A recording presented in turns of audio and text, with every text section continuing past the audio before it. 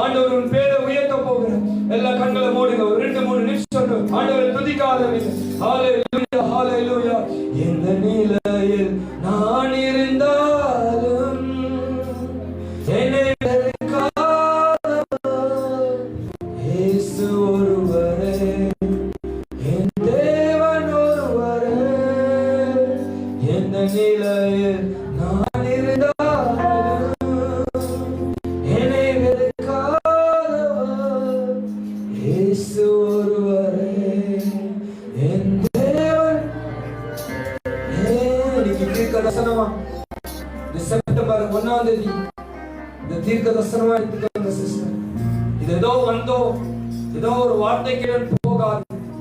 இன்னைக்கு ஆண்டவர் சொல்லுகிறார், ஆதியாகமம் 12:2, உன்னை பெரிய ஜாதியாக்கி உன் பேரை பெருமைப்படுத்தி கர்த்தர் உன்னை ஆசீர்வதிக்கிற தேவன்.